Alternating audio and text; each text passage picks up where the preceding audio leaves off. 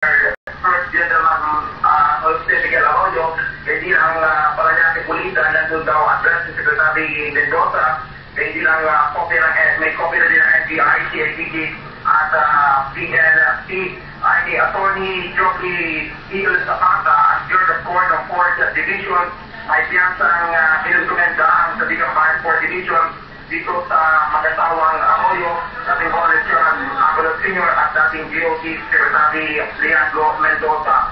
Kaya doon sa apat, may 8 to 30,000 pesos na piyansang inusumendahan para sa mga ito kaugnay sa atong anti-graft o yung sa Republic Act 3019-3G at may kumulay pa mga dalawang kaso sa dating Pangulo Arroyo.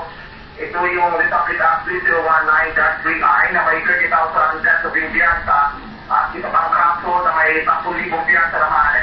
Ito yung kaugnay sa Republic Act 6713 o Code of Conduct and Ethical Standards for Public Officials and Employees. So ngayon ay hinihintay na lamang ang konfirmasyon kung naisilbi na nga itong warrant of arrest sa nakuha niya apat.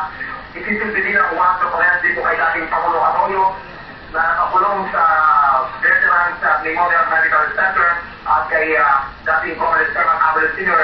na nakakulong naman sa Southern Police District na kaugnay naman sa ibang